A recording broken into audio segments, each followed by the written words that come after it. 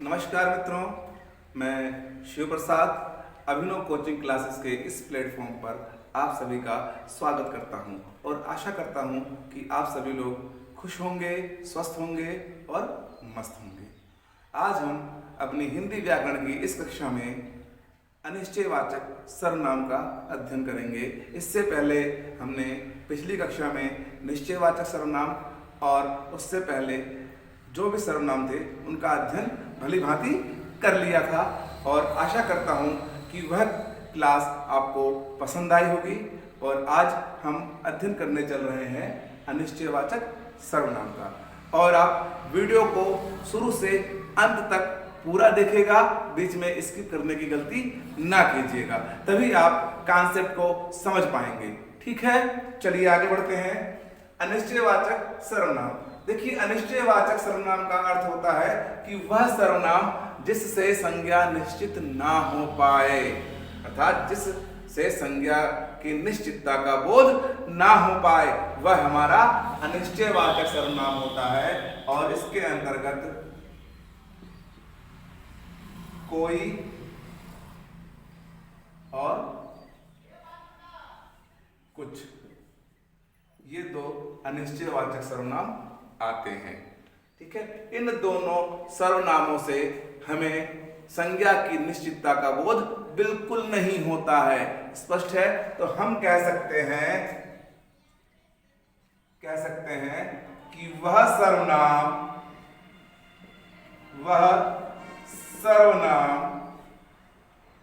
जो संज्ञा की स्थिति को निश्चित ना करे,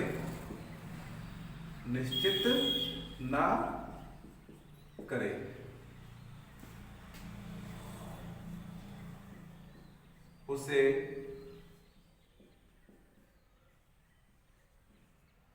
अनिश्चयवाचक सर्वनाम कहते हैं।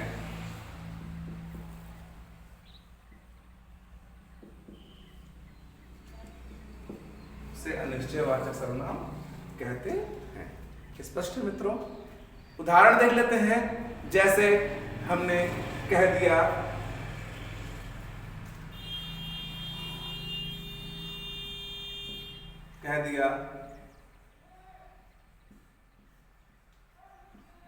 पानी में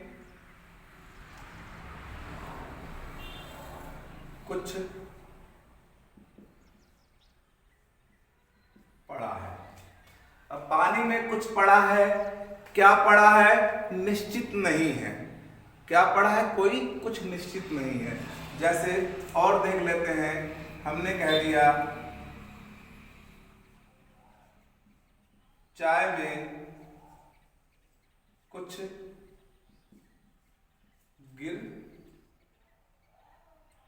गिर गया। अब क्या गिर गया, वह भी निश्चित नहीं है। इसी प्रकार से अन्य उदाहरण देखते हैं। जैसे हमने कह दिया सड़क पर कोई दौड़ रहा है। कोई दौड़ रहा है। कौन दौड़ रहा है? नहीं पता। कोई दौड़ रहा है, कोई भी हो सकता है वो। ठीक है ना? अर्थात इस कोई शब्द से, कुछ शब्द से हमें संज्ञा की स्थिति की निश्चितता का बोध नहीं हो रहा कि संज्ञा है कौन सी। ठीक है ना? चलिए और देख लेते हैं। जैसे कह दिया जाए दरवाजे पर कोई खड़ा है। दरवाजे पर कोई खड़ा है। अब आप लोगों के मन में आ रहा होगा कोई खड़ा है या कौन खड़ा है। यदि हमने कह दिया दरवाजे पर कौन खड़ा है, तो वह अनिश्चयवाचक ना होकर के प्रश्नवाचक हो जाएगा। स्पष्ट है? चलिए तो ये हमारा मित्रों अनिश्चयवाचक सर्वनाम है और इन सभी उदाहरणों से हमारी संज्ञा की निश्चितता का बोध बिल्कुल नहीं हो रहा है, इसीलिए यह अनिश्चयवाचक है। स्पष्ट है? चलिए अब आगे चलते हैं दूसरे सर्वनाम की तरफ। दूसरा सर्वनाम देखते हैं हम, इसको मिटा दिया जाए। हाँ, स्क्रीनशॉट ले लीजिए आप लोग।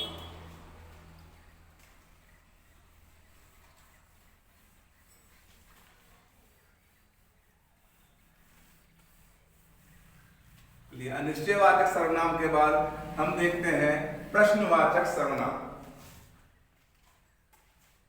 अगला सर्वनाम हमारा मित्रों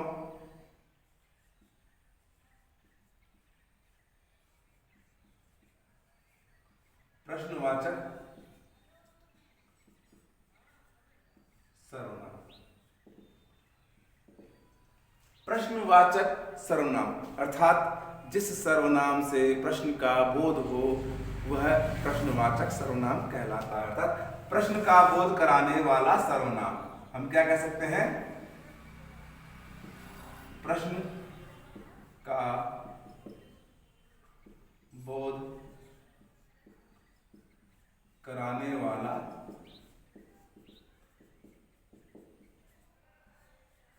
सर्वनाम।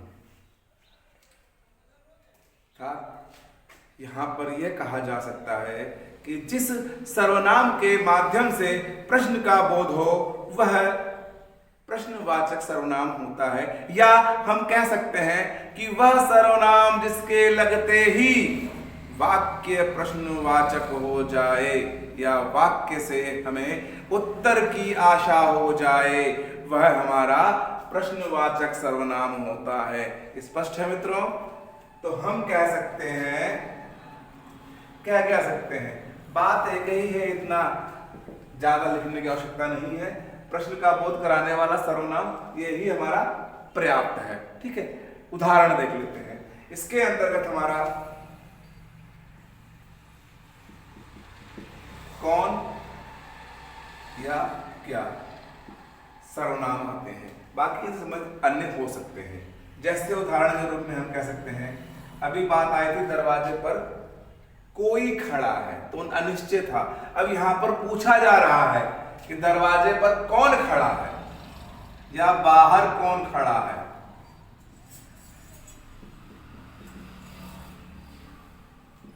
बाहर कौन खड़ा है, प्रश्नवाचक चिन्ह हो गया।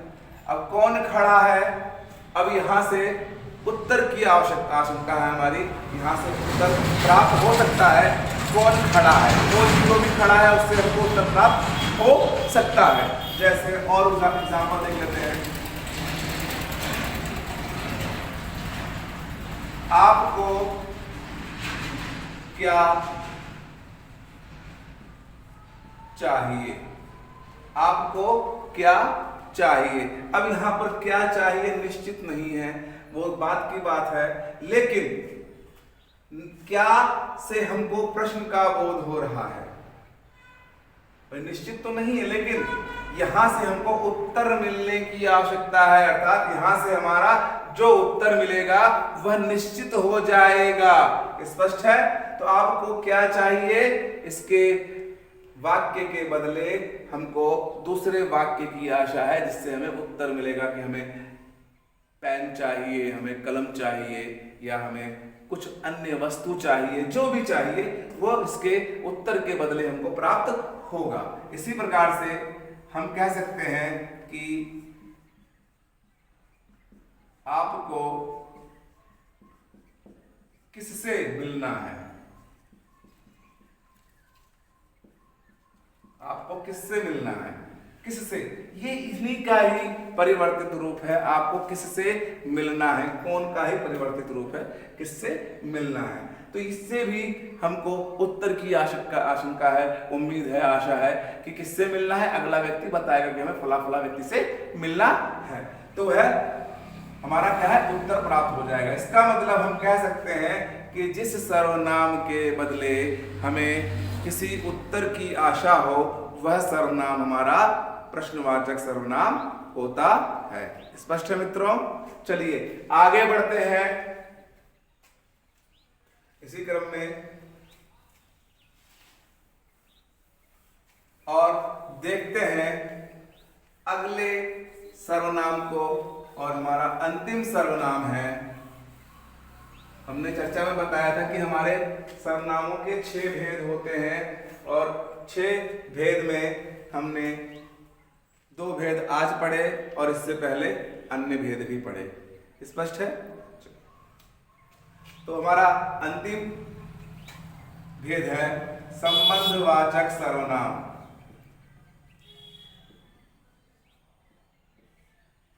संबंधवाचक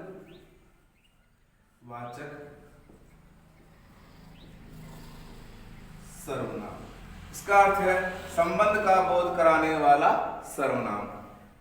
क्या कह सकते हैं हम? संबंध का बोध कराने वाला सर्वनाम। संबंध किसके संबंध का बोध कराएगा, किसका संबंध दर्शाएगा? तो हम कह सकते हैं कि यह किसी संज्ञा का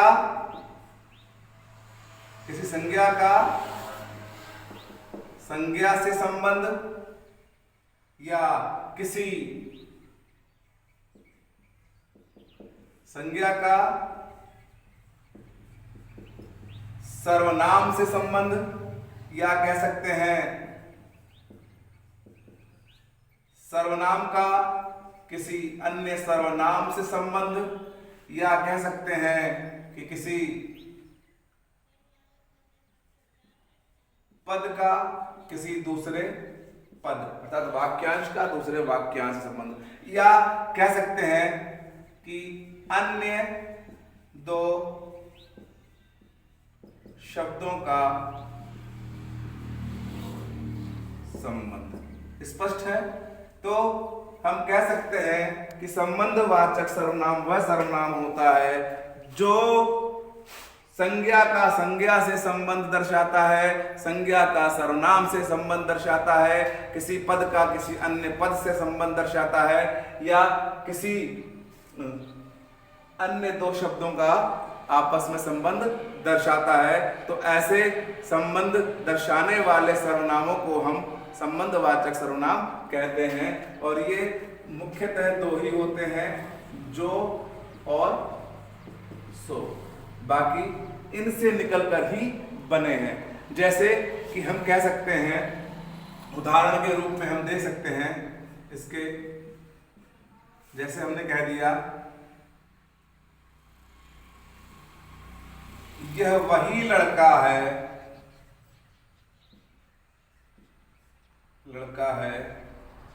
जो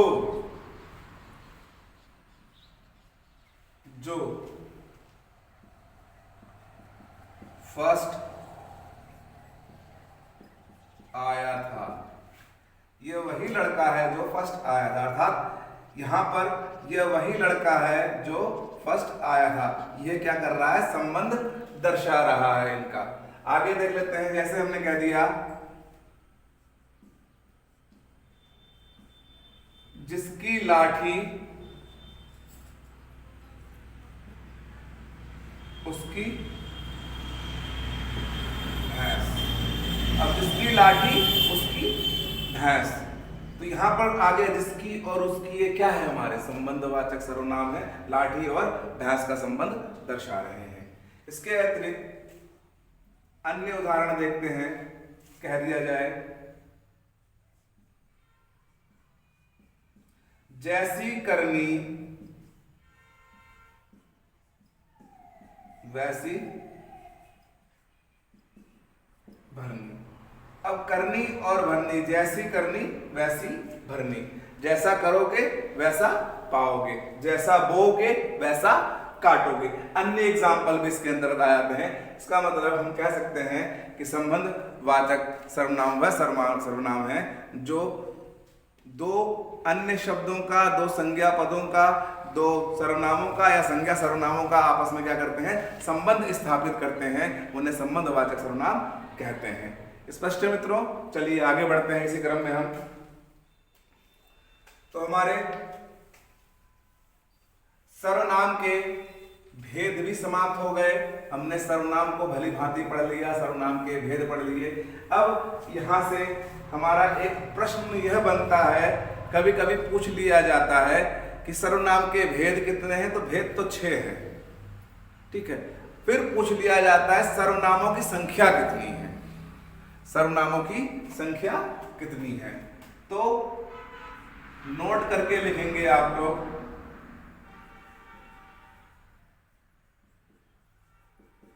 सर्वनामों की संख्या 11 होती है।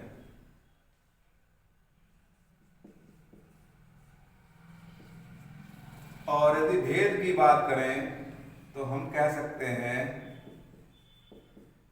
सर्वनामों के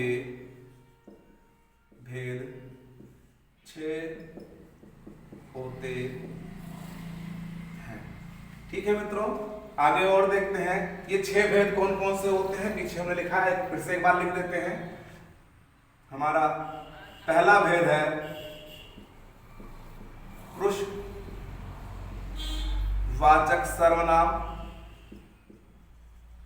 जिसके अंतर्गत हमारे 2 सर्वनाम आते हैं, मैं और तू। इसके बाद दूसरा भेद है हमारा निजवाचक सर्वनाम। निजवाचक सर्वनाम के अंतर्गत मित्रों एक ही सर्वनाम आता है और वह है केवल और केवल आप। इसके बाद आगे बढ़ते हैं निश्चयवाचक सर्वनाम पर। निश्चयवाचक सर्वनाम, निश्चयवाचक सर्वनाम के अंतर्गत हमारे 2 सर्वनाम आते हैं जो संज्ञा को निश्चित करते हैं, यह और वह। बाकी ये और वे इसी के बहुवचन रूप हैं, और बाकी बहुत सारे पुरुषवाचक सर्वनाम आते हैं, लेकिन मुख्य रूप से 2 ही माने जाते हैं, बाकी इनसे बने सर्वनाम हैं। चौथा देखते हैं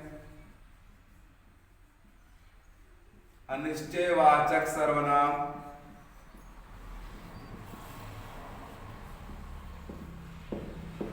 अनिश्चयवाचक सर्वनाम की संख्या भी हमारी 2 है मित्रों। अभी हमने देखा था अनिश्चयवाचक सर्वनाम के अंतर्गत कौन कौन सर्वनाम थे हमारे। अनिश्चय करने के लिए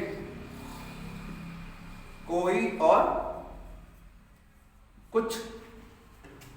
इसके बाद हमने देखा प्रश्नवाचक सर्वनाम।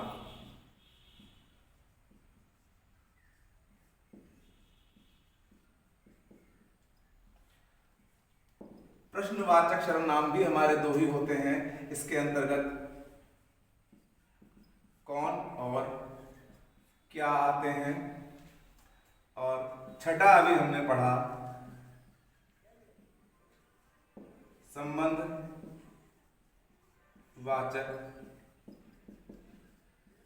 सर्वनाम, और इनकी संख्या भी मित्रों 2 होती है, एक हमारा जो और दूसरा सो। इस प्रकार से हम कह सकते हैं कि 2 पुरुषवाचक,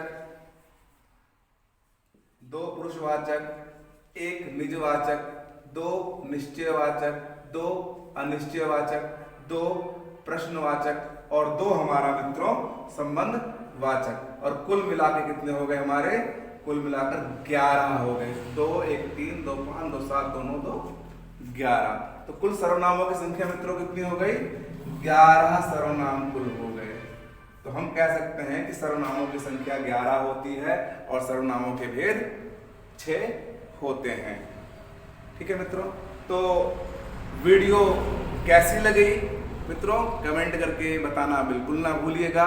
और इसी प्रकार की लाभदायक और उपयोगी वीडियो को देखने के लिए हमारे चैनल को लाइक कीजिए, सब्सक्राइब कीजिए और हाँ, शेयर करना बिल्कुल ना भूलिएगा। और हमारी वीडियो को अंत तक देखने के लिए बहुत बहुत धन्यवाद। जय हिंद, जय भारत।